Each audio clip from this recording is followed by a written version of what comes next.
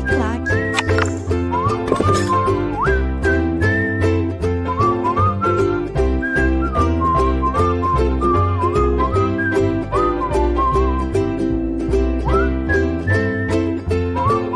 Olá pessoal, tudo bem? Um grande abraço para você ligado aqui no LAC Concursos, o maior site de videoaulas do Brasil, quiçá das Américas. E a gente tá junto para darmos prosseguimento ao nosso processo pedagógico.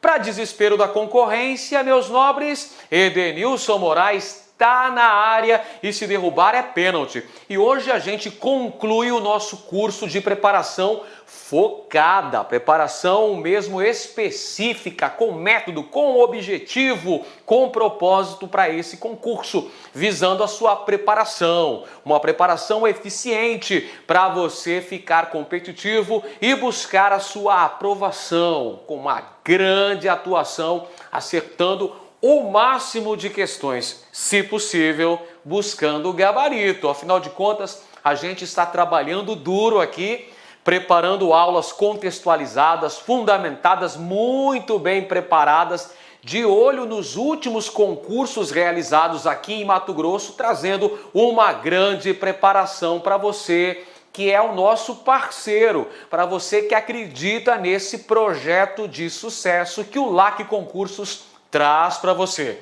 Hoje o nosso tema diz respeito à atuação dos governadores de Mato Grosso e suas principais realizações. Vamos falar basicamente sobre os governantes do estado de Mato Grosso, sobre os chefes do executivo estadual, dos períodos que correspondem aos governos militares e os governos mais recentes aqui em Mato Grosso. Quais foram as principais ações empreendidas pelos chefes do Executivo Estadual?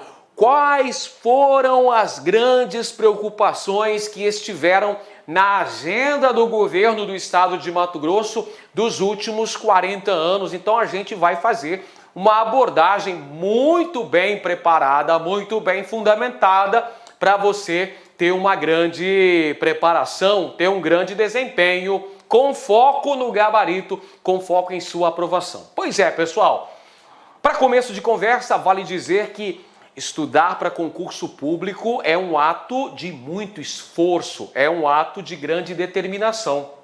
Ao contrário do que muita gente pensa, passar em concurso público não é uma coisa tão simples assim. Exige foco, exige desempenho, exige disciplina, determinação. Exige uma planificação para que você possa cumprir as suas metas e ter um grande desempenho. Afinal de contas, estamos nos preparando para isso. Não estamos nessa guerra para brincadeira. Estamos aqui para buscar a nossa vitória. Então eu deixo para você essa mensagem aqui, pessoal. Passar em concurso público. Essa é a nossa missão. Olha só como a maioria pensa. A maioria pensa que chegar lá é igual subir no elevador, né? Tranquilo, vai de boa, subindo andar por andar até chegar lá na cobertura, que é a aprovação e a nomeação para se tornar um servidor público. Só que na realidade a coisa é muito diferente, não é? Você tem que praticamente subindo aí com as suas próprias forças, ser um verdadeiro alpinista de concurso. Quem quer chegar lá no pico da montanha tem que saber que terá uma jornada difícil, mas se ela for bem planificada, se ela tiver foco, se ela tiver empenho, disciplina e determinação, com certeza você vai conseguir fincar sua bandeira lá no alto da montanha e conquistar essa sua vitória. Afinal de contas, estamos juntos nessa, galera. Vamos firme com o ideal de buscar essas vitórias, de buscar essas grandes realizações. Muito bem, pessoal, vamos começar falando sobre os governadores de Mato Grosso ao longo desse período histórico que eu mencionei para os senhores agora há pouco. Você lembra qual é o período histórico que a gente vai trabalhar na aula de hoje? Pois bem, a gente vai falar sobre os governantes de Mato Grosso do período militar. Lembra o período militar? Lembra quando você estudou o regime militar no Brasil, o período que vai de 1964 até 1985? Pois é, a gente vai começar analisando a atuação dos representantes do Executivo Estadual de Mato Grosso nesse contexto histórico. Começo a nossa abordagem falando sobre o governador Pedro Pedrocian, governador de Mato Grosso entre 1966 e 1971. Uma curiosidade interessante é que Pedrocian foi governador dos dois Mato Grossos. Olha só, primeiro governador do Mato Grosso unificado, Mato Grosso Uno, e depois ele foi governador também do estado de Mato Grosso do Sul, que, como os senhores bem sabem, surgiu depois da aprovação da Lei Complementar número 31, datada de 11 de outubro de 1977, assinada pelo então presidente da República, Ernesto Geisel, autorizando a divisão do estado de Mato Grosso e a criação de uma nova unidade federativa que recebeu a denominação de Mato Grosso do Sul. Bom, Pedro Pedrocian, como dissemos, foi governador dos dois Mato Grossos, mas o que a gente vai analisar, o que é nosso foco na aula de hoje, é falar sobre as realizações deste governante em Mato Grosso. Olha só, ele foi eleito pelo voto direto no ano de 1965, portanto, no início do período militar brasileiro, ainda se realizavam eleições diretas para governadores dos estados. E o vitorioso em Mato Grosso foi Pedro Pedrocian, que havia sido anteriormente diretor da Ferrovia Noroeste do Brasil. Ele foi diretor da NOB. Lembra da NOB? A Ferrovia Noroeste do Brasil, o trem do Pantanal? Pois é, o Pedrocian foi diretor, teve um cargo de chefia na Ferrovia Noroeste do Brasil e deixou alguns problemas de ordem jurídica, de prestação de contas. Tivemos alguns problemas da administração do Pedrocian enquanto fora diretor da Noroeste do Brasil, e esses problemas vieram à tona no início de sua gestão. Tanto é, pessoal, que a oposição na Assembleia Legislativa protocolou um pedido de impeachment do governador, alegando casos de corrupção, casos de improbidade administrativa, enquanto Pedrocian foi diretor da companhia supracitada. Perfeito? Esse processo de impeachment foi aberto, foi averiguado e houve inclusive a votação para o pedido de impeachment do Pedro Pedrocian. E no dia da votação na Assembleia Legislativa de Mato Grosso, deu empate, pessoal, entre aqueles que eram favoráveis ao afastamento do governador e aqueles que eram contrários a isso. E aí quem deu o voto de Minerva na época foi o presidente da Assembleia Legislativa de Mato Grosso, que naquele momento histórico era justamente o nosso bom e velho deputado estadual aqui por Mato Grosso, não é? Que inclusive agora ele recebe uma homenagem aqui. Ele é o pai do atual prefeito de Cuiabá, Emanuel Pinheiro, gente. Emanuel Pinheiro era o deputado presidente da Assembleia Legislativa de Mato Grosso naquela época. E ele votou contra o impeachment de Pedro Pedrocian, que, portanto, foi mantido no cargo. Durante a sua administração, ocorreu aqui em Mato Grosso, nós tivemos a criação da Universidade Federal de Mato Grosso. Claro que é uma universidade que foi construída, que foi planejada pelo governo federal, o governo militar que promoveu, evidentemente, a consolidação da criação de uma universidade em Cuiabá. Porém, Pedro Pedrocian não envidou esforços para garantir que fosse criada uma universidade em Mato Grosso. Então nós temos aqui a criação da Universidade Federal de Mato Grosso no ano de 1970 em Cuiabá e a criação da Universidade do Estado de Mato Grosso em Campo Grande, que é o núcleo que originou a Universidade Federal do Mato Grosso do Sul, a nossa querida UFMS. Maravilha. Tivemos também, durante o governo de Petrosian, a criação de uma companhia responsável pela infraestrutura básica dos núcleos de colonização que eram implementados em Mato Grosso naquele contexto histórico, sobretudo os núcleos de colonização no Vale do Rio São Lourenço. Então a gente teve a criação da CODEMAT, a Companhia de Desenvolvimento do Estado de Mato Grosso. Durante a administração Petrosian também tivemos uma séria crise financeira do Banco do Estado de Mato Grosso, o BEMAT, que quase faliu nessa época. Tivemos também um endividamento das centrais elétricas mato-grossenses. A companhia fornecedora de energia elétrica em Mato Grosso também estava mal das pernas durante a gestão de Petrosian, gente.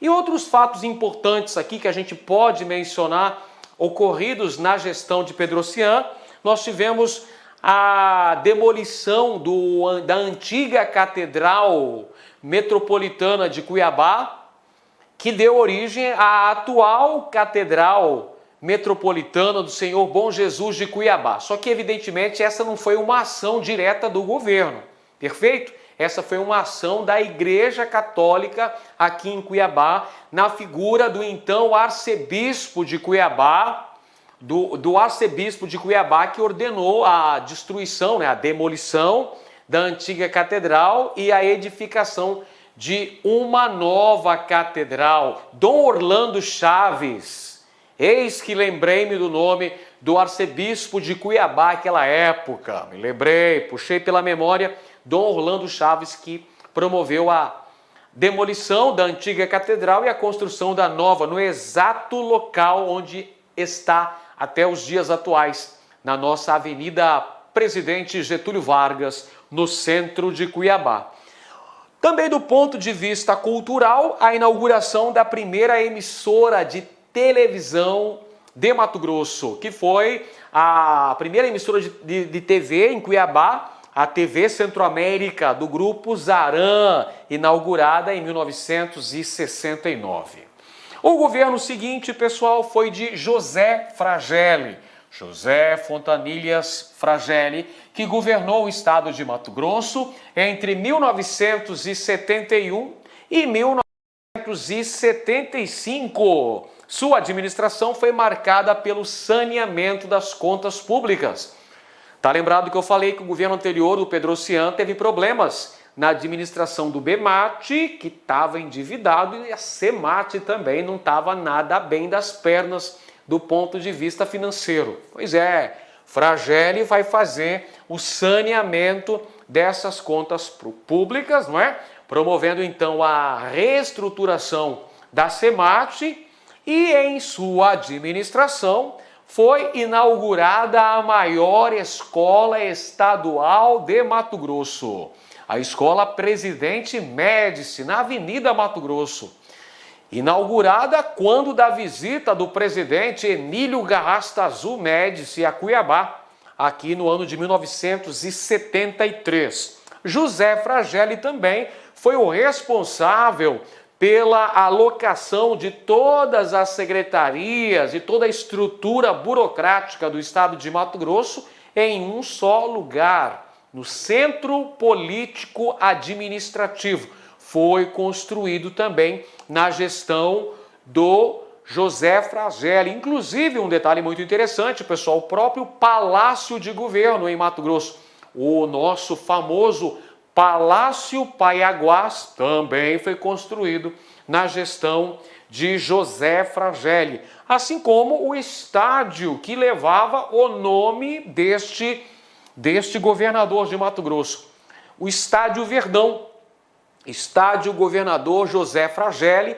inaugurado em 1975, com a presença de grandes clubes do Rio de Janeiro jogando aqui em Cuiabá contra as equipes aqui da Baixada Cuiabana, uma grande celebração que contou também com a presença do presidente da República, que veio presenciar essa inauguração. do antigo estádio Verdão, que como sabemos não existe mais, não é? Foi demolido e no exato local soergueu-se a Arena Pantanal, que foi sede de jogos da Copa do Mundo de 2014, realizada no Brasil. O outro governador desse período também foi José Garcia Neto, que governou o Mato Grosso entre 1976 e 1979. Em sua gestão, tivemos a inauguração da estação rodoviária de Cuiabá. Olha só, Cuiabá, uma cidade já em grande desenvolvimento, àquela altura dos anos 70, mas que não apresentava uma rodoviária muito bem estruturada para receber principalmente os migrantes que vinham para os projetos de colonização que estavam em percurso, que estavam em desenvolvimento naquele exato contexto histórico. Também temos a inauguração do Parque de Exposições em Cuiabá, né, na região do bairro Dom Aquino. A inauguração da então Avenida Perimetral, Avenida Miguel Sutil, né, em homenagem ao bandeirante descobridor das Minas do Sutil, no Córrego da Prainha. Tivemos então a construção durante a gestão de Garcia Neto da Avenida Perimetral, Avenida Miguel Sutil, nossa famosa Miguel Sutil, além da criação de órgãos importantes, como, por exemplo, a Secretaria de Promoção Social, PROSOL, e também a Fundação Estadual do Bem-Estar do Menor em Mato Grosso, a FEBEMAT. E outro aspecto importante também ocorrido no governo de Garcia Neto foi a consolidação do processo de divisão do estado de Mato Grosso.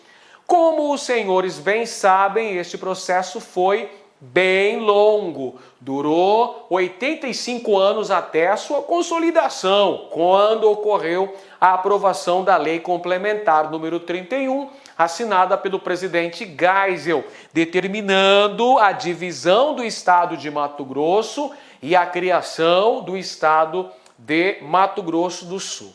No final de sua gestão, Garcia Neto licenciou-se do cargo de governador para concorrer a uma das vagas ao Senado Federal. Ele foi candidato ao Senado Federal em Mato Grosso, mas acabou sendo derrotado pelo Alberto Canelas, o senador Canelas. Um dos fatores que levaram à derrota de Garcia Neto, que havia sido governador de Mato Grosso nesse período, né?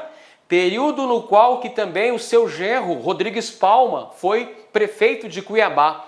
Um dos fatores que explicam a derrota de Garcia Neto era justamente a consolidação da divisão do estado. Isso realmente repercutiu muito mais, assim, negativamente para o então governador Garcia Neto, que nada pôde fazer, evidentemente, para evitar a divisão do estado, já que foi uma decisão da própria burocracia federal. É o presidente da República, o Ernesto Geisel, e o ministro-chefe da Casa Civil, Golbery Couto e Silva, que determinaram a divisão do estado. Então, não havia como as elites políticas mato-grossenses evitarem que isso ocorresse. Mas, evidentemente, que para o eleitorado isso acabou repercutindo muito mal e Garcia Neto foi preterido ao Senado quando a maioria dos eleitores mato-grossenses acabou elegendo o senador Alberto Canelas. O próximo governador de Mato Grosso é Frederico Carlos Soares de Campos, mais conhecido como Frederico Campos. Frederico, Cuiabá tem solução. Olha só, gente, Frederico Campos, que foi prefeito de Cuiabá na década de 60, em 1969, quando do bicentenário da fundação de Cuiabá, quem era o governador de Cuiabá, o governador da capital mato-grossense, era Frederico Campos. Na década de 70, ele volta a ser, ele torna-se governador de Mato Grosso. Na década de 80, agora sim, na década de 80, ele vence as eleições, aí em 88, derrota Roberto França e torna-se prefeito de Cuiabá. Governa de 88 a 92. Beleza? Mas vamos falar então da gestão de Frederico Campos à frente do Palácio Paiaguás. Lembra que o Palácio Paiaguás foi inaugurado na gestão de Fragelli. Depois veio Garcia Neto, depois vem Frederico Campos, 1979 até 15 de março de 1983. Durante sua administração, vamos analisar o contexto, Frederico Campos assume o governo do estado de Mato Grosso logo da efetivação do processo de divisão do estado de Mato Grosso e criação do Mato Grosso do Sul, gente. Você se lembra que eu falei agora há pouco que a Lei Complementar número 31, lá de outubro de 1977, determinou a criação do estado vizinho nosso aqui, o Mato Grosso do Sul. Porém, a efetivação de tal medida só ocorreu em 1º de janeiro de 1979. Portanto, Frederico Campos é o primeiro governador de Mato Grosso que vai assumir o cargo após a efetivação da divisão do estado. Então ele vai ter sobre seus ombros o peso de carregar esse fardo, de assumir a tarefa de conduzir Mato Grosso para o progresso, naquele momento que estava em curso a colonização da porção norte de Mato Grosso, já surgindo vários projetos de colonização, vários núcleos populacionais aparecendo naquele contexto histórico em Mato Grosso. Então era tarefa do governo dar estímulo à colonização, promovendo isso daqui, pessoal, obras de infraestrutura. Então perceba, Mato Grosso recebendo um contingente expressivo de migrantes, principalmente migrantes oriundos da região sul do Brasil. Então olha só, chegavam aqui e não encontravam infraestrutura necessária, faltavam estradas, faltavam escolas, hospitais, energia elétrica, fornecimento de água e esgoto, ou seja, os núcleos não tinham a infraestrutura necessária para receber tão expressivo contingente populacional. Então é tarefa do governo promover a construção de estradas, a construção de escolas, a ampliação do abastecimento da rede de água e esgoto, a expansão da rede elétrica no estado de Mato Grosso. Todas essas tarefas assumidas pelo governo do estado, no caso na figura do governador Frederico Campos. Aí, pessoal, no ano de 1982, acontecem eleições diretas para governadores nos estados brasileiros. E nas eleições de 1982, via de regra, na maior parte dos estados brasileiros, sobretudo nos estados assim mais importantes do ponto de vista político e econômico, a vitória coube aos candidatos da oposição. Podemos mencionar, por exemplo, Leonel Brizola, que venceu no Rio de Janeiro, Tancredo Neves, que venceu em Minas Gerais, Franco Montoro, que venceu em São Paulo, mas aqui em Mato Grosso, quem venceu as eleições no ano de 82 foi um candidato que havia participado da parte que apoiava o governo militar, não é? Havia participado da Arena e que era do PDS, o Partido Democrático Social. Júlio José de Campos, que havia sido governador, havia sido anteriormente prefeito de prefeito de Várzea Grande. Júlio Campos havia sido prefeito de Várzea Grande, o mais jovem prefeito de Várzea Grande de todos os tempos, e depois candidatou-se ao governo do estado em 1982, derrotando o seu principal adversário naquele pleito, que foi o padre Raimundo Pombo, que era o candidato do PMDB. Então, aqui em Mato Grosso, a vitória coube ao partido que dava a sustentação ao governo, o PDS. Então, Júlio Campos, eleito pelo voto direto. Então, um detalhe importante, pessoal. De todos os governadores que vimos até aqui, o único que havia sido eleito pelo voto direto havia sido quem? Pedro Ocean. Os demais governadores de Mato Grosso haviam sido escolhidos pela Assembleia Legislativa. Era a Assembleia Legislativa do Estado de Mato Grosso a encarregada da escolha dos governadores. Isso muda em 82, eleições de 1982, eleições diretas. Vitória de Júlio José de Campos para o governo do Estado de Mato Grosso.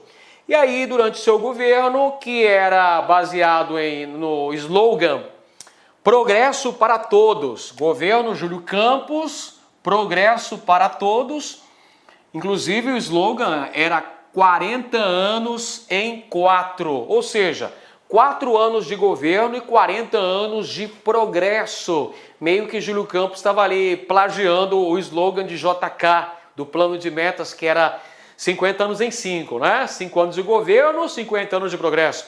Pois então, Júlio Campos adotou esse slogan, que seriam 4 anos de governo, 40 anos de progresso. No seu governo, vai ganhar ênfase maior o investimento dado na construção de estradas e também no abastecimento de energia elétrica. Foi o trabalho do governador Júlio Campos incentivar o processo de colonização no norte de Mato Grosso. Temos até uma cidade que surge nesse contexto, chamada Campos de Júlio.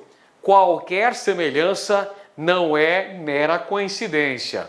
O governo Júlio Campos, de 83 até 1986. Lembrando também que Júlio Campos, no final de seu mandato, se licenciou do cargo para concorrer a uma das 8 vagas de Mato Grosso no Congresso Nacional para o cargo de deputado federal. Júlio Campos foi eleito deputado federal, foi um dos deputados constituintes de Mato Grosso, nesse contexto histórico, para a elaboração da nossa atual Constituição, a Constituição de 1988. Bom, em 1986 foi eleito Carlos Bezerra. Carlos Bezerra, que havia sido governador antes de ser governador, Carlos Bezerra foi prefeito de Rondonópolis. Prefeito de Rondonópolis, foi governador, foi deputado federal, teve vários cargos importantes aqui em Mato Grosso. Durante sua gestão, promoveu investimentos na área social, promoveu também o incentivo à produção agrícola e industrial de Mato Grosso, promoveu a criação da Secretaria de Meio Ambiente e também do Projeto de Desenvolvimento Industrial de Mato Grosso, PRODEI. E temos também a criação da ZPE de Cáceres, a Zona de Processamento e Exportação, olha só, durante a gestão de Carlos Bezerra, ZPE de Cáceres, além da implantação da gestão democrática nas escolas mato-grossenses, nas escolas públicas do estado de Mato Grosso, ou seja, visando que a própria comunidade escolar pudesse eleger os seus representantes, o seu diretor, no caso aí, pessoal, porque até então os diretores eram nomeações políticas, então precisava necessariamente ter uma influência política para exercer a chefia à frente de uma direção escolar. Com Carlos Bezerra, isso muda um pouquinho, porque é implantada a gestão democrática nas escolas públicas mato-grossenses. Aí, em 1990, temos novas eleições em Mato Grosso. E nessas eleições, o vitorioso foi o Pedra 90.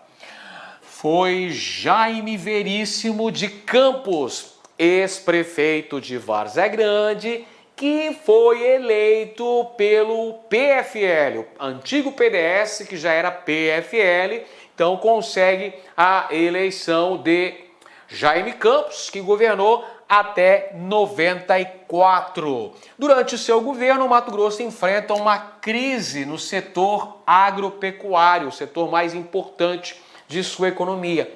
Entre as prioridades básicas do governo Jaime Campos, tivemos aí o investimento na construção de estradas e de pontes, cuja principal preocupação do governo era, claro, com o escoamento da produção agrícola mato-grossense.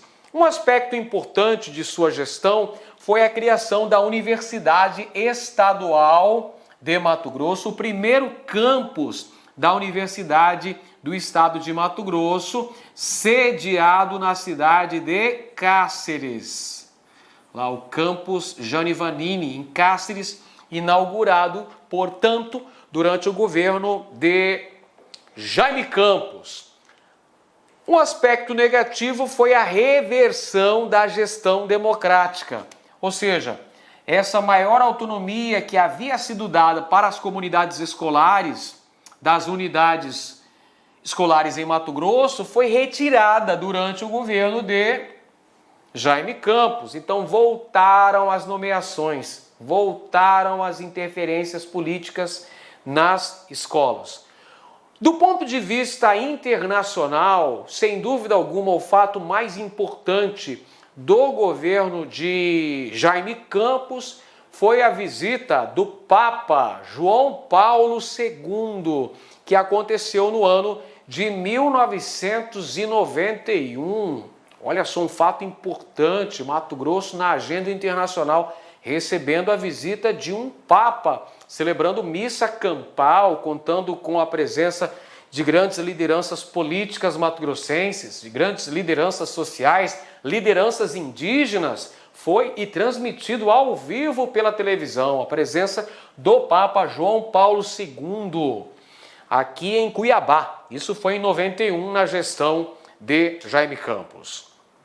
Em 1994, novas eleições para o Palácio Paiaguás. E nessas novas eleições, quem sai vitorioso é o ex-prefeito de Cuiabá, ex-deputado federal pelo PMDB, deputado federal de Mato Grosso, Dante Martins de Oliveira. Dante Martins de Oliveira, que ganhou notoriedade nacional por ser o autor da emenda do projeto que visava a convocação de eleições diretas para presidente da República no Brasil, lá no ano de 1983. A emenda Dante de Oliveira, que foi votada e foi reprovada no Congresso Nacional, mas Dante ficou famoso, não é? Por conta do movimento das diretas já. Foi eleito, ele foi ministro, também foi ministro da Reforma Agrária no governo de José Sarney. Perfeito? Depois foi prefeito de Cuiabá. Foi prefeito de Cuiabá em 1985, ele foi eleito, Dante de Oliveira. Derrotou, quem que eram os adversários dele? Rodrigues Palma. O outro adversário era Gabriel Novis Neves, e Pignatti era o candidato do PT. Eu era bem criança naquela época, mas recordo muito bem como se fosse ontem. Afinal de contas, essas personalidades políticas, aqui no caso Dante de Oliveira, é uma enormidade, a importância que ele tem na história política recente de Mato Grosso. Muito bem, Dante de Oliveira governou o estado de Mato Grosso de 1995 até 2002. Aí você fala, peraí, professor, tem um tempo longo aqui. Explica direito isso aí, tio Ed. Olha só, primeiro mandato, então temos o primeiro mandato de Dante de Oliveira, que foi entre 1995 até 1998. O segundo mandato, por sua vez, aconteceu de 1999 até 2002, beleza? Porque Dante de Oliveira também foi beneficiado pela emenda de reeleição. Vamos analisar o contexto histórico, que é muito importante, galera. Em 1997 foi aprovada a emenda de reeleição que garantiu o direito de concorrer à reeleição para cargos executivos. Isso beneficiou ao presidente da República, aos governadores dos estados e aos prefeitos dos municípios brasileiros. Então, Dante de Oliveira vai se beneficiar também dessa lei, porque ele vai poder concorrer às eleições de 1998 e derrotou a dobradinha maligna da época, que foi formado entre Júlio Campos e Carlos Bezerra. Olha só, Júlio Campos e Carlos Bezerra, que eram históricos adversários políticos, um pelo PDS e depois PFL e o outro pelo PMDB, os caras vão se unir politicamente para tentar derrotar o governador Dante de Oliveira nas eleições de 98, mas não conseguem. Tomam uma senhora lavada, viu? São derrotados flagrosamente. Então, olha só, 1998, Dante de Oliveira, reeleito governador de Mato Grosso. Então, vamos falar sobre suas ações. O plano de metas que visava colocar Mato Grosso na conjuntura nacional e internacional. Mato Grosso como exportador de commodities. Então, você tem aqui, olha só, investimentos nas rodovias, em ferrovias, em setores de comunicação no estado de Mato Grosso, o próprio incentivo ao crescimento da produção industrial no estado de Mato Grosso, além do processo de privatização de empresas estatais. Olha só um detalhe importantíssimo, não é? Dissemos que Dante de Oliveira foi eleito e reeleito em Mato Grosso, eleito em 94, reeleito em 98. Beleza, agora preste atenção no detalhe. Em 94 ele foi eleito pelo PDT, o Partido Democrático Trabalhista, o PDT de Brizola, o PDT de Gilson de Barros aqui em Cuiabá. Só que nas eleições de 94 ele não estava mais no PDT. Em 94, Dante de Oliveira já fazia parte do PSDB, já era tucano. Então foi eleito pelo PDT, mas reeleito pelo PSDB.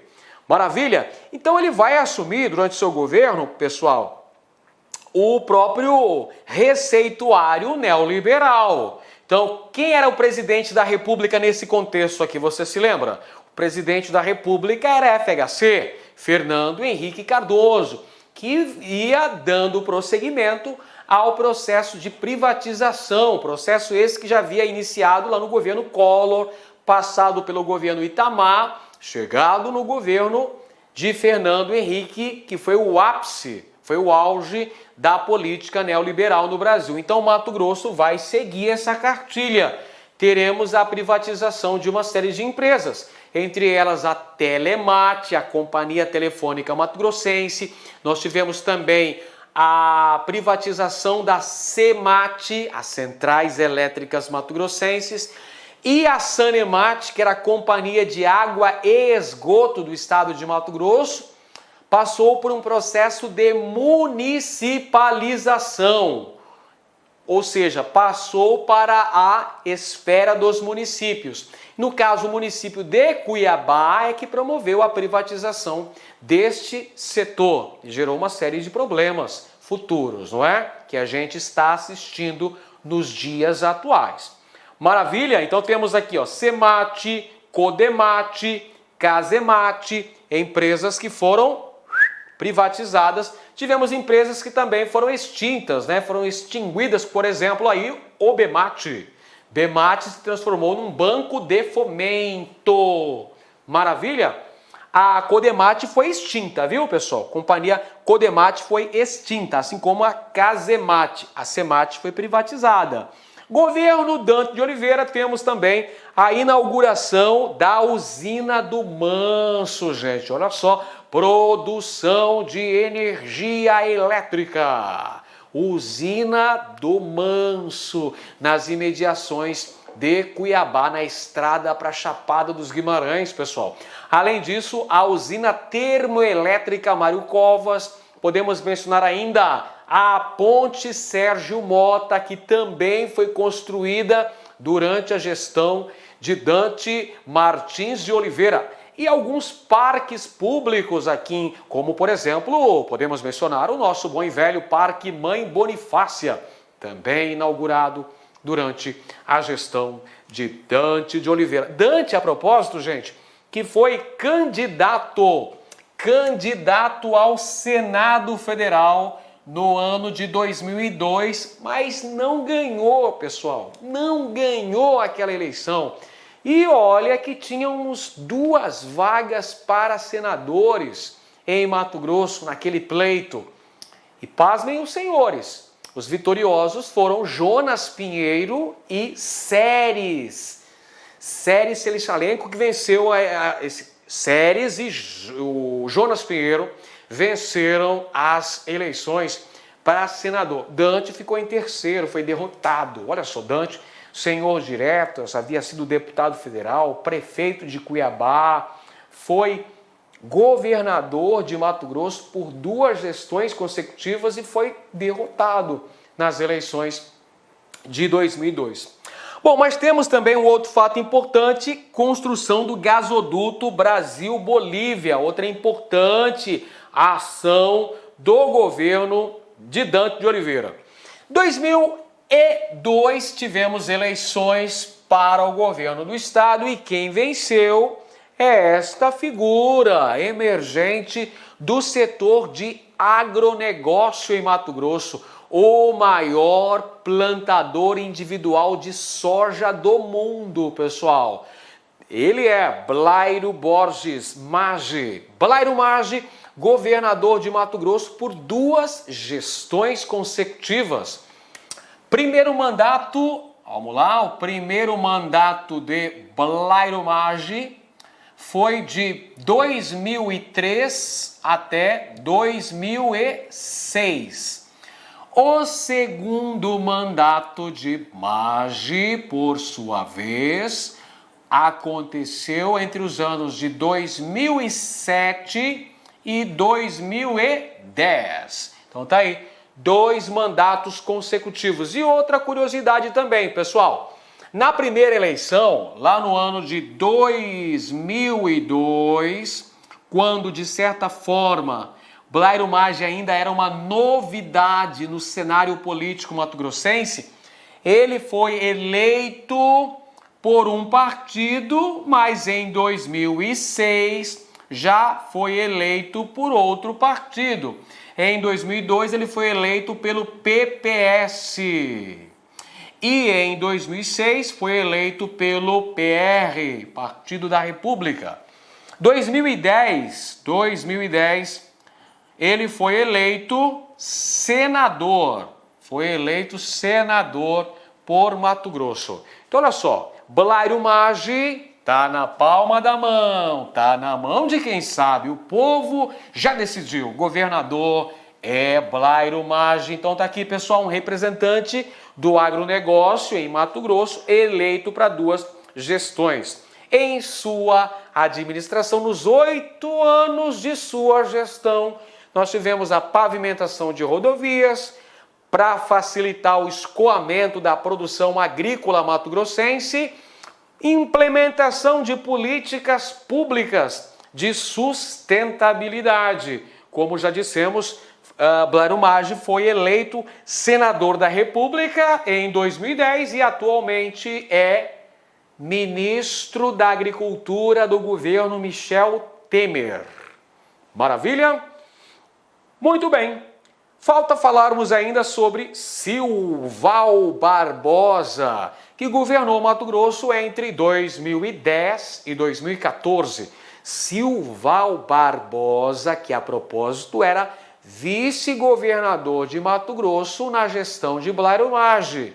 Quando o Blairo Maggi se licencia do cargo para concorrer ao Senado, ele fica na chefia do Executivo Estadual e vence as eleições em 2010. Então tá aí, ele terminou o mandato de Maggi e foi reeleito em 2010. Então ele já havia sido eleito na chapa do Blairo Maggi como vice em 2006. Pois bem, este representante do PMDB é reeleito em primeiro turno no ano de 2010. Durante sua gestão, vai implementar as obras de mobilidade urbana em Cuiabá, com vistas à cidade atender como sede da Copa do Mundo de 2014. Então, aquelas obras de mobilidade urbana, o Cuiabá transformou-se num canteiro de obras. Inclusive, o VLT, inacabado até os dias de hoje, quando o professor está gravando essa aula aqui, pessoal, VLT aqui está paradaço.